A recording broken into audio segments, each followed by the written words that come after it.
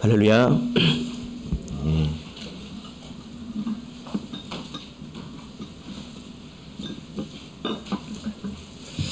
예, 제가 이번 단기 신학에 가서 훈장을 하나 달고 왔습니다.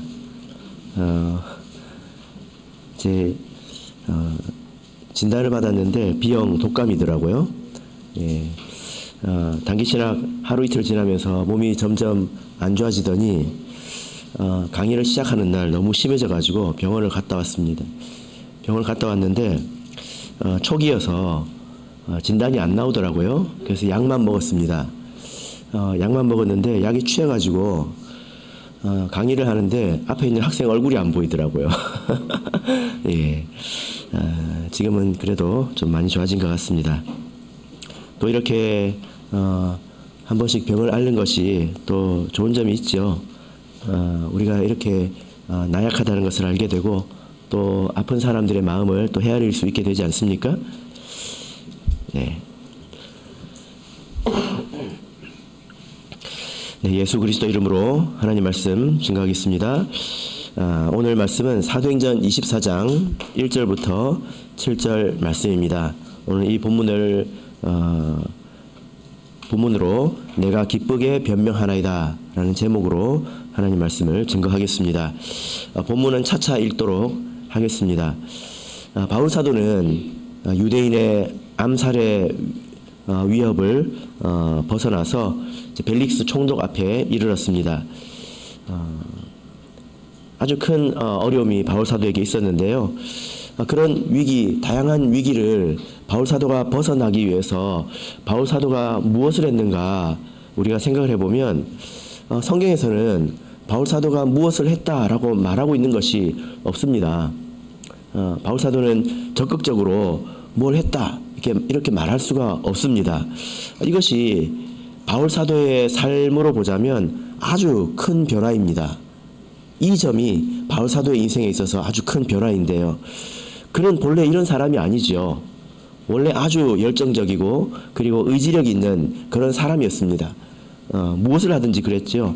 그래서 회심하기 전에는 적극적으로 핍박하는 사람이지 않았습니까? 심지어 외국에까지 가서 핍박을 하던 그런 사람이었습니다. 회심한 후에도 그는 평범한 사람이 아니었잖아요. 다메섹에서 자기의 제자를 만들었습니다. 그리고 예루살렘에 가서는 죽음을 무릅쓰고 유대인들과 충돌하였죠.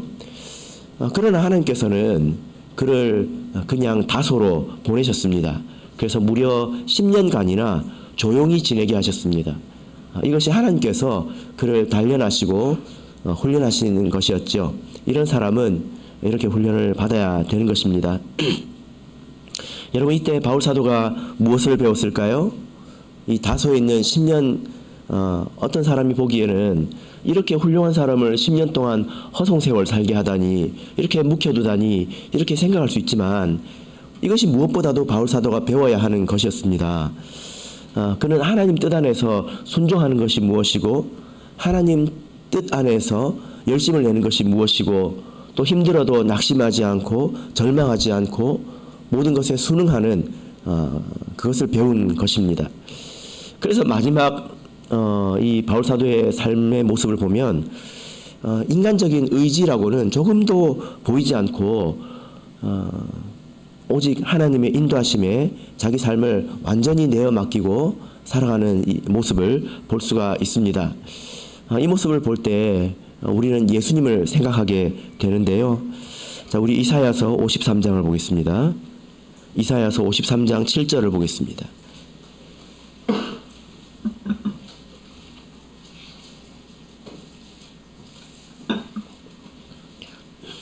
이사야서 53장, 이 말씀은 예수님에 관한 말씀인데요. 바울 사도의 모습도 이와 같지 않습니까? 이사야서 53장 7절 보겠습니다. 시작.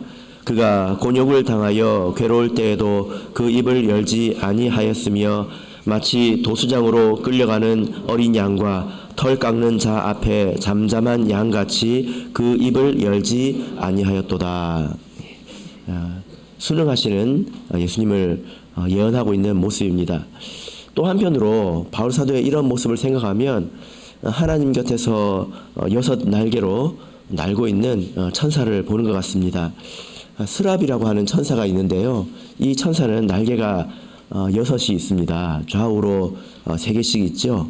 그런데 가장 위의 날개로는 얼굴을 가리고 있고, 그리고 가장 가운데 날개로는 날고 있습니다. 그리고 마지막 제일 아래 날개로는 자기 발을 가리고 있죠. 자, 여러분에게도 날개가 적어도 2개는 있지 않습니까? 한번 이렇게 해보세요. 언제까지? 여러분이 날아오를 때까지 해보세요. 시작. 그렇게 해가지고 날아오르겠습니까? 스랍이 되려면 더 열심히 하셔야 합니다.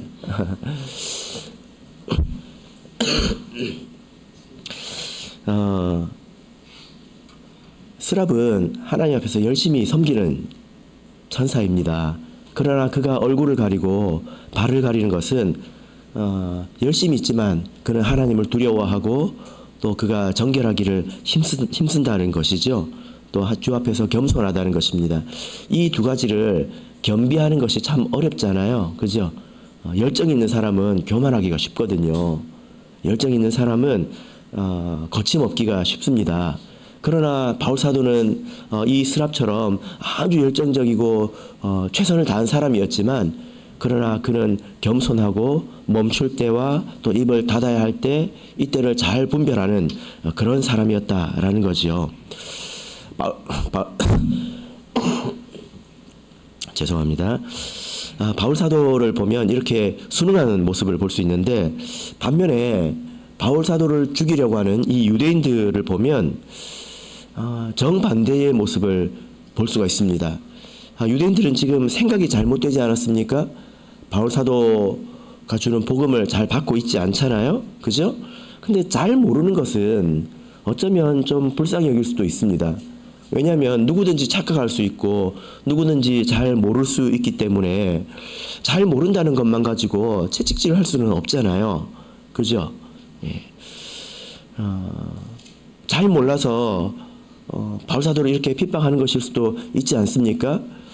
그것도 사실은 문제이지만, 그러나 그보다 더 문제는 뭐냐면은 그 사람들이 자기가 뜻하는 바를 이루기 위해서 쓰는 그 방법들도 문제라는 것입니다. 그런 자기들의 뜻을 이루기 위해서 쓰는 방법이 아주 불신앙적이라는 거예요. 어떤 점이 문제일까요? 자, 우리 본문으로 돌아가겠습니다. 사도행전 24장 1절부터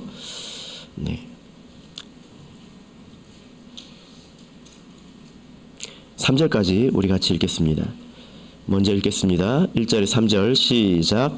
닷새 후에 대제사장 아나니아가 어떤 장로들과 한 변사 더둘로와 함께 내려와서 총독 앞에서 바울을 고소하니라. 바울을 부르매 더둘로가 송사하여 가로되 벨릭스 각하여 우리가 당신을 힘입어 태평을 누리고 또 이 민족이 당신의 선견을 인하여 여러 가지로 개량된 것을 우리가 어느 모양으로나 어느 곳에서나 감사무지하옵나이다. 여러분, 우리가 그리스도인으로서 꼭 해야 되는 일이라도 길이 없으면 우리는 기다릴 줄 알아야 하고 멈출 줄도 알아야 합니다. 하나님께서 기회를 나에게 주시지 않는구나, 또 다른 방식으로 그것을 이루려 하시는구나 하고 우리는 멈출 줄 알아야 되거든요. 근데 이 사람들을 이렇게 보면 자기 뜻을, 바울 사도를 죽이려고 하는 이런 자기들의 뜻을 이루기 위해서 쓰는 방법들 그 자체도 아주 불신앙적이고 악질인 것을 볼 수 있습니다. 자, 오늘 이 내용은 벨릭스 총독 앞에서 대제사장 아나니아가 변사라고 되어 있죠. 로마 법에 능통한 최고의 변호사입니다. 더둘로라고 하는 이 사람을 대동하고 총독 앞에서 바울을 고소하는 그런 내용입니다.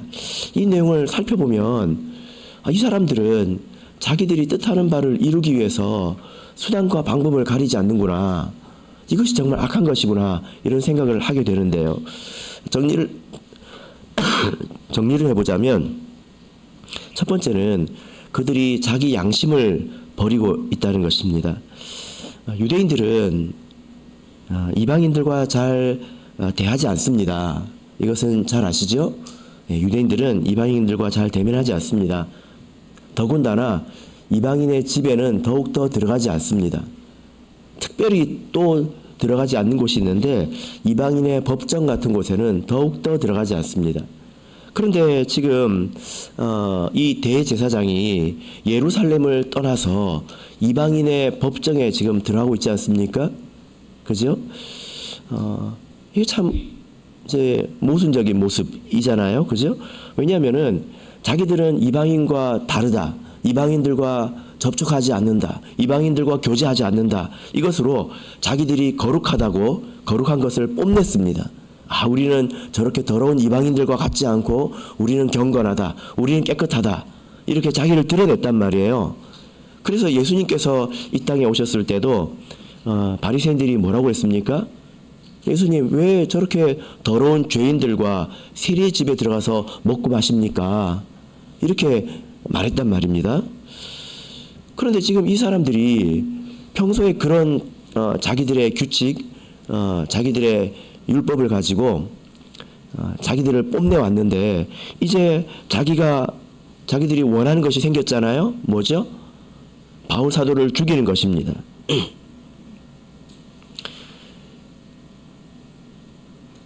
자기가 원하는 것을 이루기 위해서 그동안에 자기들이 자랑했던 것을 아주 헌신 버리듯이 버리는 것을 볼 수 있습니다.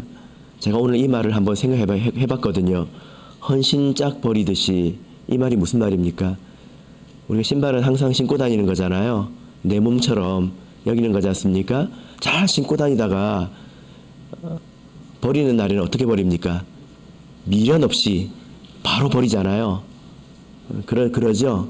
이 사람들이 지금 자기들의 규례, 자기들의 지켜왔던 그 율법들을 그렇게 버리고 있다라는 거죠. 여러분, 사람이 죄송한데 따뜻한 물 한 잔만 좀 주시겠습니까? 네. 사람이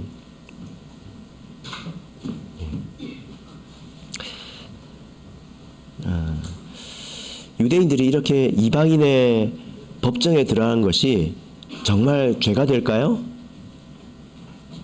죄가 될까요? 그렇지 않겠죠. 그죠? 그럼 무엇이 죄가 되는 것일까요? 자, 우리 로마서 14장 14절을 보겠습니다. 로마서 14장 14절입니다.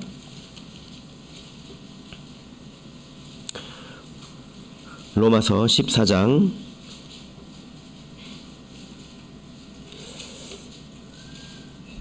14절 같이 읽겠습니다. 시작.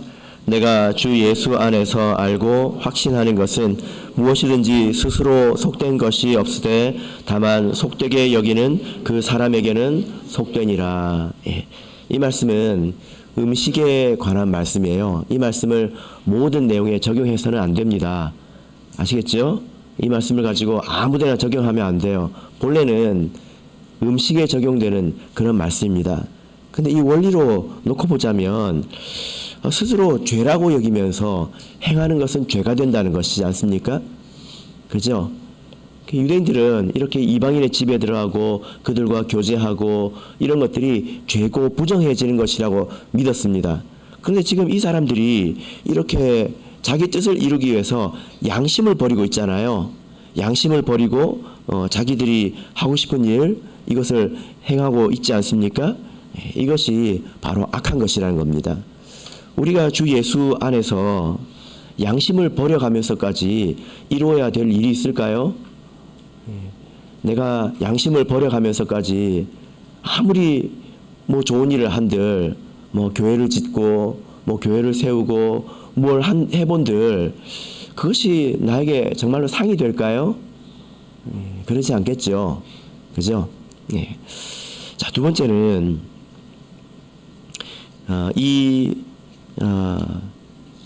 이들이 더럽게 아첨하는 말을 하고 있다는 것입니다. 자, 본문 3절, 4절을 보겠습니다. 3절 4절을 우리 다시 한번 읽어보겠습니다. 시작. 벨릭스 각하여 우리가 당신을 힘입어 태평을 누리고 또 이 민족이 당신의 선견을 인하여 여러 가지로 개량된 것을 우리가 어느 모양으로나 어느 곳에서나 감사무지하옵나이다. 당신을 더 괴롭게 아니하려 하여 우리가 대강 여짜옵나니 관영하여 들으시기를 원하나이다. 예. 이 더둘로라고 하는 사람은 전문적으로 법적인 싸움을 하는 사람입니다. 이 사람은 먼저 이렇게 말을 시작하는데요. 아주 위선적인 아첨하는 말로, 아부하는 말로 시작하고 있습니다. 벨릭스는 아주 유명한 총독입니다. 역사적으로도 유명한 총독입니다. 무엇으로 유명했을까요? 잔인하기로 유명했습니다. 이 사람이요. 이 사람은 본래 노예 출신인데요. 노예 출신이 여차저차해서 심지어 한 지역의 총독이 되었습니다. 이것은 대단한 이제 일이죠. 그래서 그는 자기의 어떤 이익과 명예를 위해서는 수단과 방법을 가리지 않았습니다. 그래서 반란이 일어나면 주동자를 이렇게 보통 처형하지 않습니까? 근데 이 사람은 주동자만 처형하는 것이 아니라 단순 참가자까지 십자가에 못 박아서 죽였던 그런 사람이고요. 그리고 이 사람은 이제 이 역사적인 자료를 보면 대제사장, 자기에게 싫은 소리를 한 대제사장을 암살한 것으로 나와 있습니다. 자객을 보내서 대제사장을 죽인 적이 있습니다.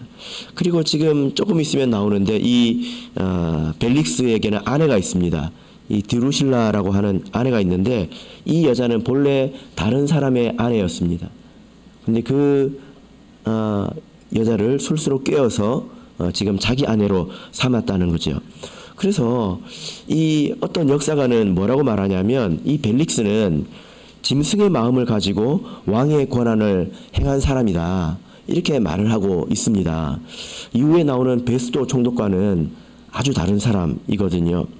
그래서 유대인의 입장에서 보자면 아주 이가 갈리는 그런 사람입니다.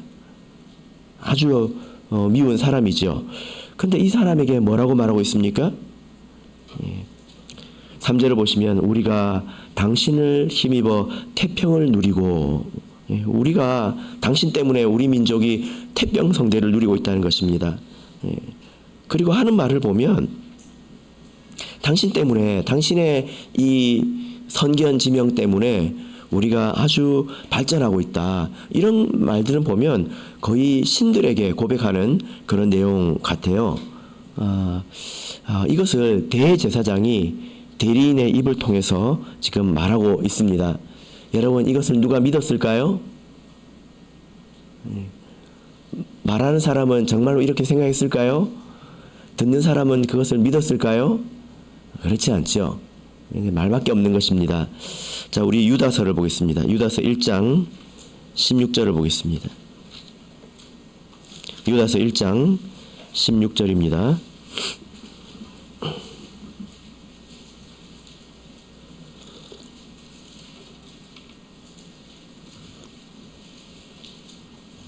자, 여기 보면 정죄받는 사람에 대해서 말씀하고 있는데요. 자, 16절 말씀을 같이 읽겠습니다. 시작. 이 사람들은 원망하는 자며 불만을 토하는 자며 그 정욕대로 행하는 자라. 그 입으로 자랑하는 말을 내며 이를 위하여 아첨하느니라. 예. 이렇게 정죄받는 사람은 말에 문제가 있다는 것입니다. 어떤 문제가 있습니까? 원망하고 불만을 토하고 그 입으로 자랑하는 말을 내고, 그리고 자기의 이익을 위해서 마음에도 없는 그런 아첨하는 말을 이렇게 하고 있다라는 거죠. 그죠? 예. 이것은 속이는 말이고 또 악한 말입니다. 그래서 우리는 어떤 순간에라도 우리가 할 수 없는 말을 하지 말아야 합니다. 거짓을 말하지 말아야 합니다. 이 사람이 자기가 원하는 결과를 얻기 위해서, 이 벨릭스의 마음을 얻기 위해서 이와 같은 말을 했다면 그 민족들이 이 사람들을 어떻게 봤을까요? 자, 세 번째는 이 사람들이 재판을 통해서, 재판이라고 하는 방법을 통해서 지금 문제를 해결하려고 하고 있다라는 것입니다. 사람이 이 세상에서 억울한 일을 당하면 이곳 저곳에 호소를 하고, 또 그것을 위해서 이제 법원에도 가고, 또 혹은 신문고 제도 같은 여러 가지 제도가 있지 않습니까? 그런데 우리 믿음 안에서는 어떻게 해야 될까요? 우리 믿는 자들끼리 믿음 안에서 문제가 있다면 그것은 우리가 스스로 해결을 해야 합니다. 이것을 가지고 세상 법정으로 가면 어떻게 될까요? 자, 고린도전서 6장 6절 7절을 보겠습니다. 고린도전서 6장 6절 7절입니다.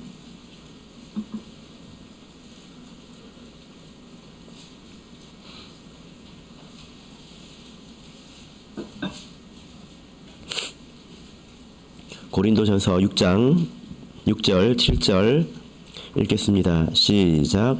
형제가 형제로 더불어 송사할 뿐더러 믿지 아니하는 자들 앞에서 하느냐.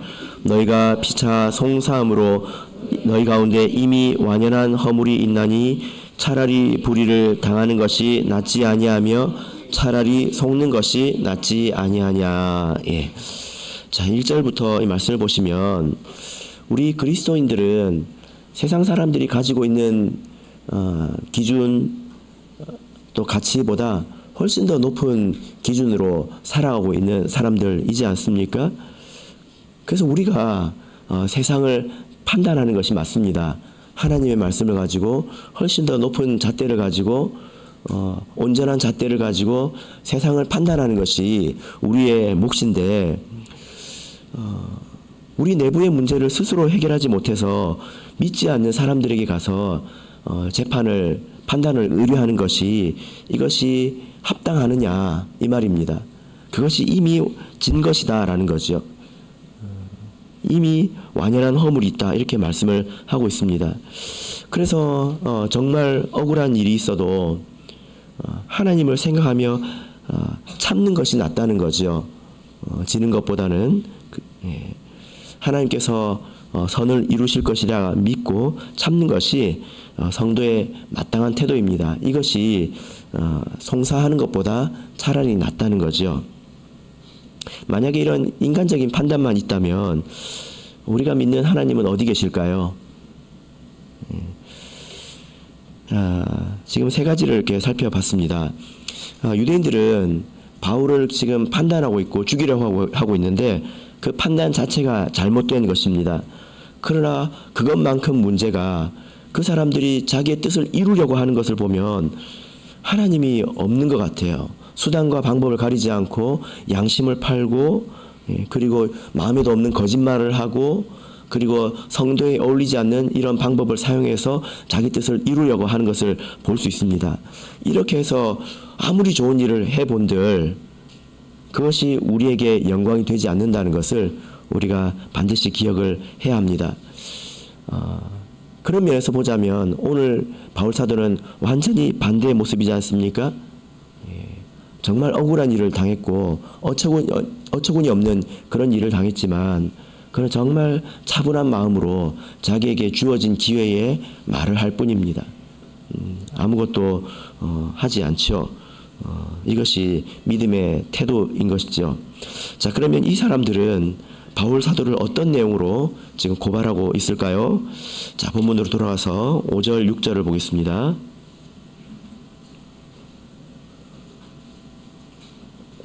사도행전 24장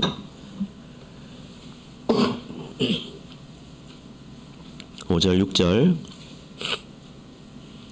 자, 이 사람들은 바울 사도를 세 가지로 고발을 하고 있습니다. 자, 5절 6절 읽겠습니다. 시작. 우리가 보니 이 사람은 연병이라 천하에 퍼진 유대인을 다 소욕해 하는 자요 나사렛 이단의 괴수라. 저가 또 성전을 더럽게 하려 함으로 우리가 잡았사오니. 예. 자, 세 가지를 말하고 있는데 첫 번째는 이 사람은 연병이다. 전염병이라는 것입니다.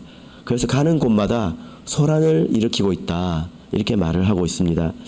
이것은 이 벨릭스 총독에게 있어서는 아주 듣기 싫은 소리입니다.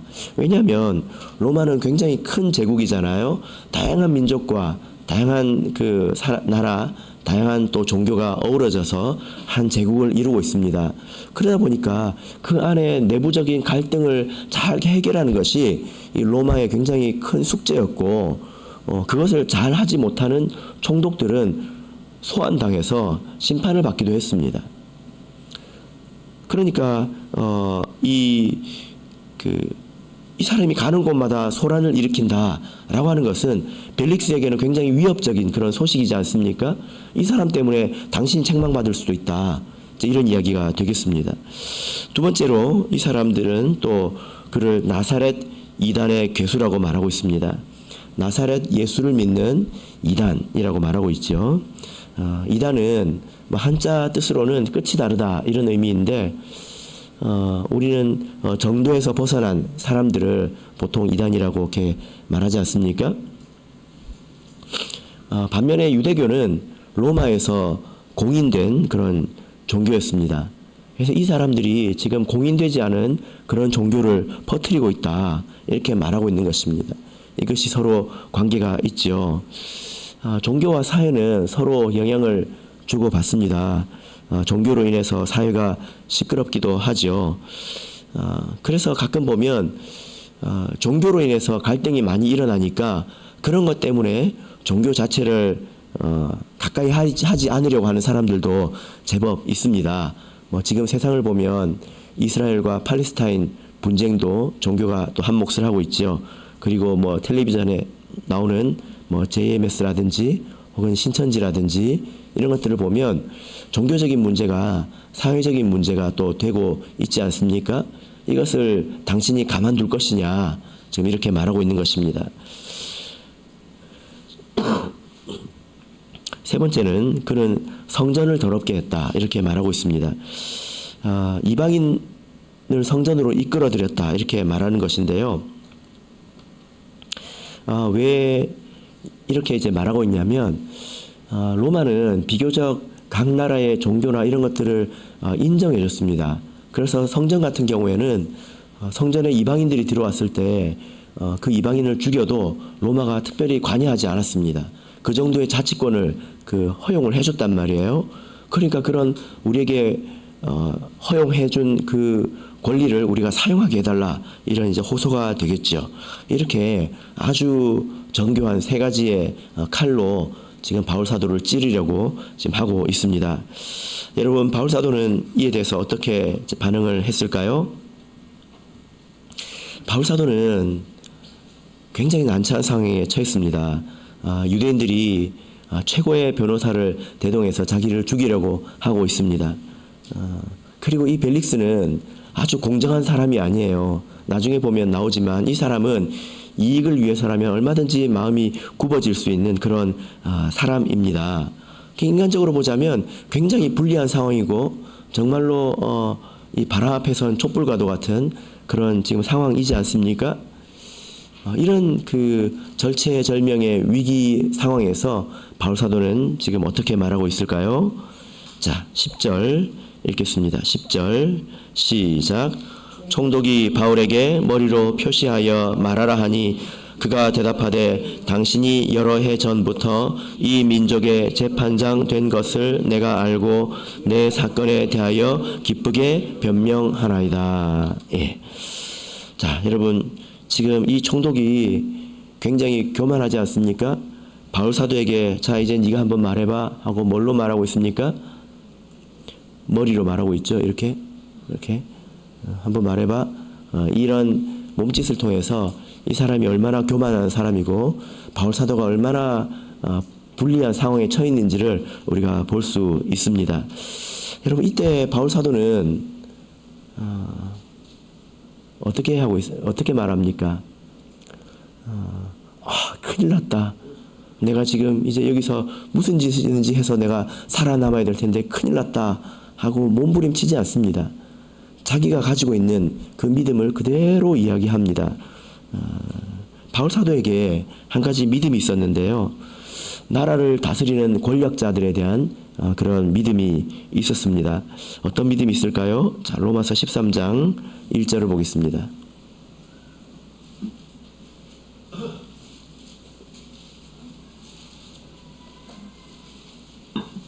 로마서 13장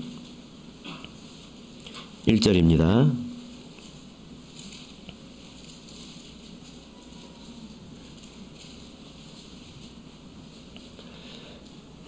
읽겠습니다. 시작. 각 사람은 위에 있는 권세들에게 굴복하라. 권세는 하나님께로 나지 않음이 없나니 모든 권세는 다 하나님의 정하신 바라. 예. 이 세상에 있는 권세, 지도자를 말합니다. 정치인들을 말하죠. 권력을 가진 사람들을 말합니다. 그런 사람들은 하나님께서 세우신다라는 것입니다. 이것은 그 사람들의 행위가 옳다거나 그 사람들이 하나님을 믿는다는 뜻은 아닙니다. 어떤 사람이든지 하나님께서 그를 통해서 뜻을 이루신다, 이제 그런 것이죠. 가끔 우리 성도님들이 궁금해하는 게 우리 목사님은 정치적으로 어느 쪽에 있을까? 제가 그런 질문도 종종 받고요. 그리고 이렇게 말씀하시는 분도 있더라고요. 목사님은 부산 사람이니까 저쪽인가? 뭐 이런 이야기도 제가 들어봤는데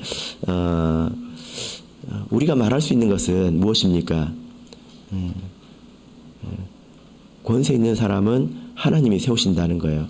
이때나 저때나 항상 그렇다는 것입니다. 그래서 우리가 어느 때라도 하나님께서 세우신 사람을 놓고 우리가 함부로 말해서는 안 되겠죠. 하나님께서 그를 통해서 뜻하신 일을 하십니다. 상 줄 사람을 상 주시기도 하시고요. 벌 줄 사람을 벌 주시기도 하십니다.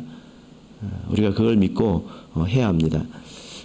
바울 사도가 그런 믿음을 가지고 지금 이 사람을 존중하고 있죠. 바울 사도가 살아남기 위해서 지금 이렇게 아첨하는 말을 하는 것이 아니라 이것이 정말 그 바울 사도의 믿음인 것입니다. 바울 사도가 정죄하기로 치자면 이 사람의 악행을 이제 손가락질하고 비난하고 그럴 수도 있겠죠. 그죠? 그러나 바울 사도는 그렇게 하지 않았다는 것입니다. 그런데 지금 이 사람이 뭐라고 말하고 있습니까? 바울 사도가 내가 이 사건에 대해서 기쁘게 변명합니다. 이렇게 말하고 있습니다. 여러분, 이 말이 진심일까요? 기쁘게 변명합니다. 이 말이 진심일까요? 네.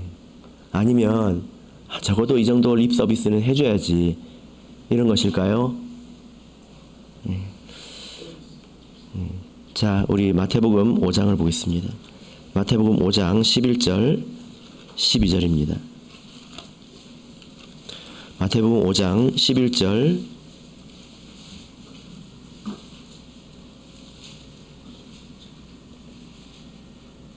마태복음 5장 11절 12절 읽겠습니다. 시작. 나를 인하여 너희를 욕하고 핍박하고 거짓으로 너희를 거스려 모든 악한 말을 할 때에는 너희에게 복이 있나니 기뻐하고 즐거워하라. 하늘에서 너희의 상이 큼이라. 너희 전에 있던 선지자들을 이같이 핍박하였느니라. 예. 예수님께서 나를 인하여 너희를 욕하고 핍박하고 또 거짓으로 너희에 대해서 악한 말을 할 때는 어떻게 하라고 하셨습니까? 기뻐하라. 기뻐하고 즐거워하라 하고 있죠. 예, 그래서 우리가 바울 사도가 지금 기뻐하고 있죠. 예, 이것은 립 서비스가 아닙니다. 바울 사도는 진심으로 기뻐서 하는 말이에요. 왜 그럴까요? 왜 이것이 기쁜 일일까요?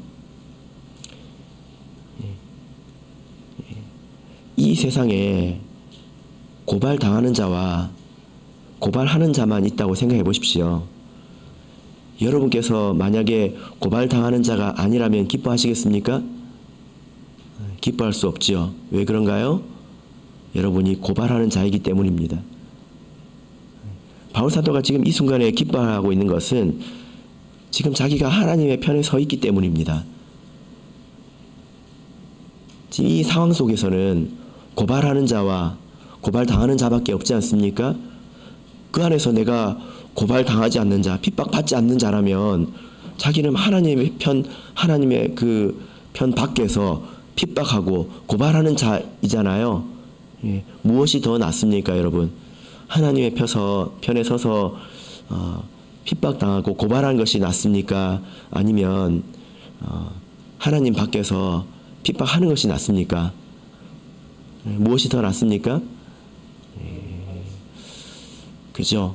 만약에 마지막 우리 말세에 우리 성도가 이와 같은 상황에 처해 있다면 여러분께서 기뻐하시게 될 거예요. 아, 내가 예수님께서 쓰셨던 그 자리에, 바울 사도가 섰던 그 자리에, 대대로 선지자들이 섰던 그 자리에 내가 하나님의 편에 지금 서 있구나. 이것을 기뻐하게 될 것입니다. 사람의 생명은 하나님께서 주관하시는 것이지 다른 사람들이 주관하는 것이 아니지요. 그죠? 예, 그래서 바울 사도는 지금 그를 존중하면서 기쁘게 지금 말을 하고 있는 것입니다. 그래서 이 바울 사도는 한마디도 거짓이 아니고, 그리고 자기가 할 수 없는 말을 지금 하고 있지도 않습니다. 립 서비스도 아닙니다. 이것이 바울 사도의 지금 상황에서의 그의 믿음이고 또 신앙인 것을 우리가 볼 수 있습니다. 바울 사도는 이어서 자기가 받는 세 가지 이제 고소건에 대해서 변론을 하고 있는데요. 11절부터 보겠습니다. 11절부터 13절까지를 보겠습니다. 11절에서 13절 읽겠습니다. 시작. 당신이 아실 수 있는 바와 같이 내가 예루살렘에 예배하러 올라간 지 열이틀 밖에 못 되었고, 저희는 내가 성전에서 아무와 변론하는 것이나 회당과 또는 성중에서 무리를 소동케 하는 것을 보지 못하였으니 이제 나를 송사하는 모든 일에 대하여 저희가 능히 당신 앞에 내세울 것이 없나이다. 예. 첫 번째, 이 사람은 연병이다. 천하를 소유하게 한 자이다.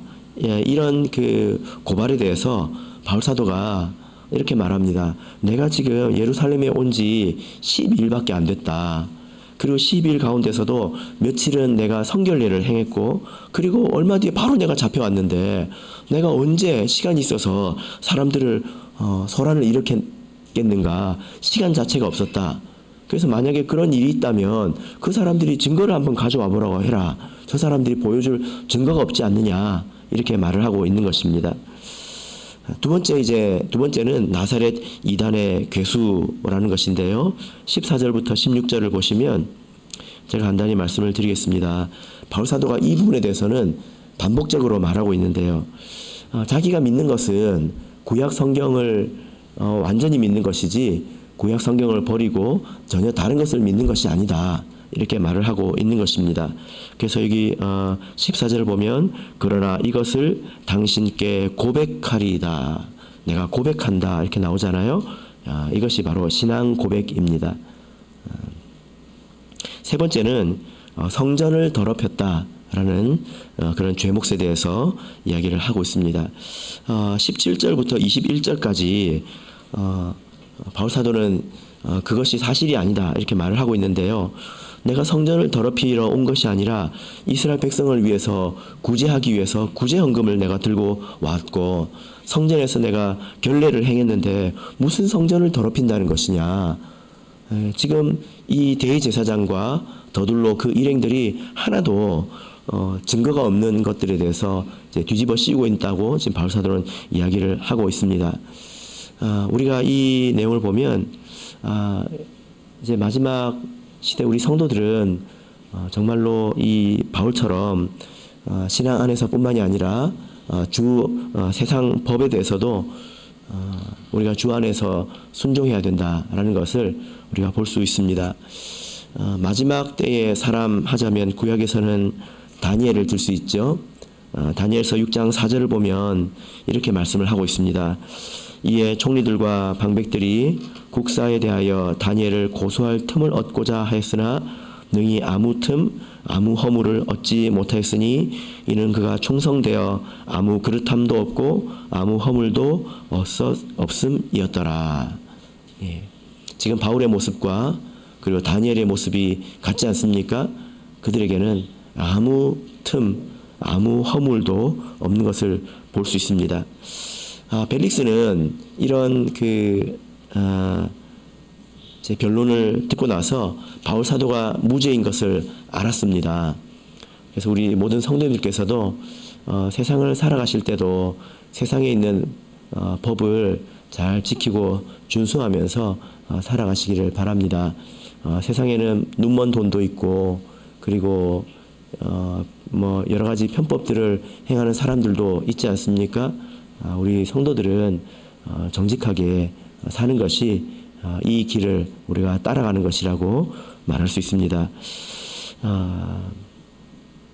벨릭스는 바울이 무죄인 것을 알았지만 무죄를 선고하지 않습니다. 도리어 계속 감금해 두죠.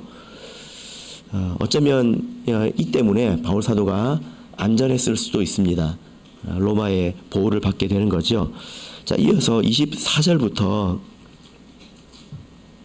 27절까지는 벨릭스와 바울 사도 사이에 일어난 일에 대해서 말씀하고 있습니다.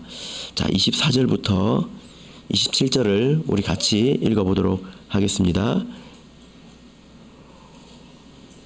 시작. 수일 후에 벨릭스가 그 안에 유대 여자 드루실라와 함께 와서 바울을 불러 그리스도 예수 믿는 도를 듣거늘 바울이 의와 절제와 장차 오는 심판을 강론하니 벨릭스가 두려워하여 대답하되 시방은 가라 내가 틈이 있으면 너를 부르리라 하고 동시에 또 바울에게서 돈을 받을까 바라는 고로 더 자주 불러 같이 이야기하더라.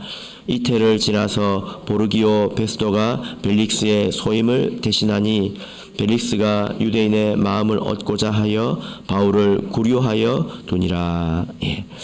자, 벨릭스에게는 드루실라라고 하는 아내가 있었습니다. 이 드루실라는 미모가 아주 뛰어난 것으로 전해지는데요. 이 사람은 헤롯의 딸입니다. 헤롯은 예수님 때부터 이제 왕족이었죠. 그죠? 그래서 헤롯 대왕이라고 불리는 이 헤롯은 예수님을 죽이려고 했습니다. 그래서 예수님께서 애굽으로 피난을 가셨죠. 그리고 그 아들 헤롯이 있습니다. 그 아들 헤롯은 야고보를 죽였습니다. 그래서 나중에 하나님이 치셔서 충이 먹어 죽었다라고 나오죠. 이 드루실라는 그 야고보를 죽인 헤롯의 딸입니다. 그리고 이후에 나오는 헤롯 아그리파 왕의 여동생이기도 합니다. 유대인이라는 거예요. 그래서 이 여자는 유대 율법에 대해서 잘 알았고요. 그리고 바울 사도가 전하는 복음에 대해서도 관심이 있었던 것 같습니다. 그래서 남편과 함께 바울을 불러서 복음에 대해서 듣고자 하고 있지 않습니까? 바울 사도가 이때 어떻게 전했을까요? 어떤 말을 했을까요? 바울 사도가 여기서 25절을 보면 의와 절제와 장차 오는 심판을 강론했다 이렇게 말씀을 하고 있습니다. 이것은 복음을 잘 요약한 것인데요. 우리 구원받는 복음을 이 세 가지로 요약할 수 있습니다. 의와 절제와 장차 오는 심판입니다. 우리가 회개하고 예수 그리스도 이름으로 세례를 받으면 우리가 하나님의 의를 덧입게 되죠. 그리고 우리가 하나님의 의를 입은 채로 세상을 살아가게 됩니다. 그러면 우리가 하나님의 의를 입고 세상을 왜 살아야 될까요? 예, 우리 성도로서의 우리 삶의 핵심은 절제이죠. 내 육신의 소욕을 성령의 소욕으로 이기는 것이지 않습니까? 그래서 내가 하나님의 의란 옷을 입고 그 안에서 내가 점점 더 거룩해져 가는 것, 이것이 우리 삶의 가치이잖아요. 그죠? 그런 사람이 마지막에 장차 오는 심판에 대해서 이기게 되는 것입니다. 그래서 우리 성도의 삶은 기회입니다. 그래서 의와 절제와 장차 오는 심판, 이것은 복음의 요약이지요.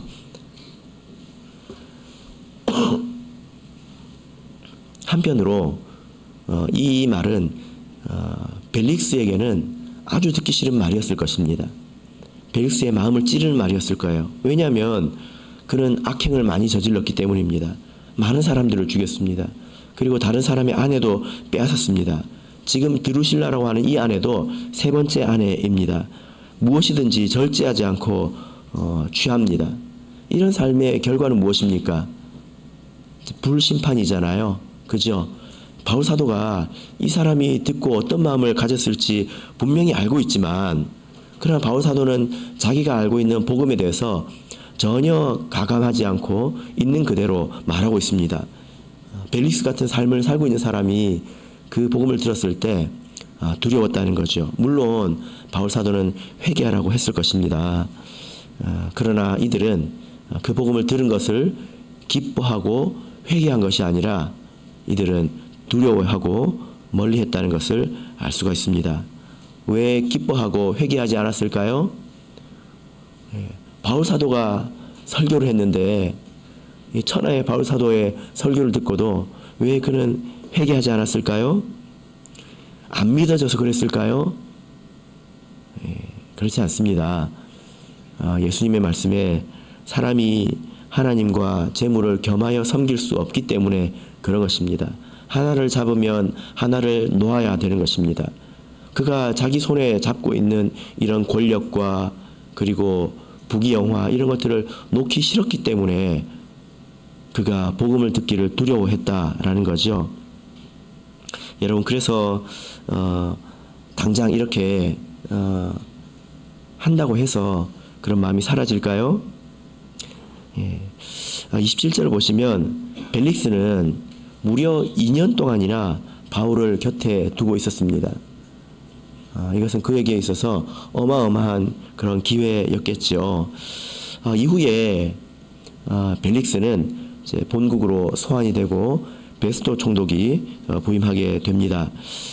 이 벨릭스의 그 이후의 행적에 대해서는 우리가 정확하게 알 수 없지만 역사가 요세푸스라는 사람을 통해서 대략 알 수 있는 것이 있습니다. 요세푸스라고 하는 사람에 대해서는 좀 들어보셨죠? 아주 인정받는 유대 역사가입니다. 예수님 그때 시대의 유대 역사가입니다. 이 요세푸스는 드루실라와 그의 아들 그리고 혹은 벨릭스까지 베수비오에서 화산 폭발로 사망했다고 기록하고 있습니다. 이 베수비오가 아주 유명한 폼페이입니다. 들어보셨습니까? 지금은 아주 유명한 관광지이죠. 이 폼페이에 대해서 이제 사람들이 전혀 모르고 있다가 이 유적을 이렇게 발견했을 때 화산으로 이렇게 망한 도시가 있구나, 망한 곳이 있구나, 이거를 막 팠습니다. 근데 한 가지 좀 이상한 게 있어요. 뭐냐면은 유적들은 많이 나오는데 사람들이 하나도 안 나오는 거예요. 사람들이 발견이 안 되는 거예요. 그래서 어떻게 이럴 수 있을까 하는데 이상한 구덩이가 나오는 겁니다. 이렇게 파다 보니까. 그래서 도대체 이게 뭐지? 하고 그 구멍이 나왔을 때 그 구멍에다가 석고를 부었습니다. 석고를 부어서 이 구덩이가 도대체 무슨 모양인지 이걸 살펴봤어요. 그랬더니 무엇이 나왔을까요? 화면 한번 보여주실까요? 이런 모습이 나왔습니다. 폼페이 가시면 볼 수가 있습니다. 사람의 모양이라는 거예요. 그 다음 화면도 한번 보실까요? 네. 그러니까 사람이 도망할 수도 없을 만큼 순식간에 화산재가 쌓였다고 합니다. 그래서 이렇게 웅크리고 누워서 죽고 말았는데요. 그 온 몸과 살과 뼈까지 다 타버려서 하나도 남김없이 불에 다 타버리고 말았다는 것입니다. 이 요세푸스의 증언이 사실이라면 이 벨릭스와 드루실라라고 하는 이 사람들은 무려 2년이라는 그런 기회를 놓치고 그 세상의 짧은 부귀영화를 붙들기 위해서 영원한 그 심판 속으로 가지 않았습니까? 그의 인생의 결과도 이렇게 비참하지 않습니까? 예, 우리가 이 말씀을 가지고 교훈을 삼아야 합니다. 여러분 2년의 기회가 적은 건 아니잖아요. 그죠? 예, 복음을 2년 동안 들었다고 한다면 그것은 결코 적은 것이 아니죠. 예, 우리는 훨씬 더 길게 듣지 않습니까? 훨씬 더 오래 듣지 않습니까? 우리도 마찬가지입니다. 우리도 하나님과 재물을 겸하여 섬길 수 없습니다. 그래서 내 손에 있는 것을 놓을 때에 하나님의 것을 붙들 수 있지요. 이 벨릭스와 그의 가족들이 당한 일을 우리가 거울 삼아서 우리는 복음을 꼭 붙들어야 되겠습니다. 말씀의 결론 맺겠습니다. 바울 사도는 지금 아주 난처한 상황이지만 그런 의연한 모습을 볼 수 있습니다. 자기의 삶은 하나님의 뜻을 따라 흘러간다는 것을 알고 자기가 하나님의 편에 서 있다는 사실로 그는 스스로 위로받을 줄 알았습니다. 바라옵기는 우리 모든 성도님들께서 하나님의 편에 서시기를 바랍니다. 그래서 하나님께서 주시는 영원한 평안을 마음속에 누리시기를 예수 그리스도 이름으로 축복합니다.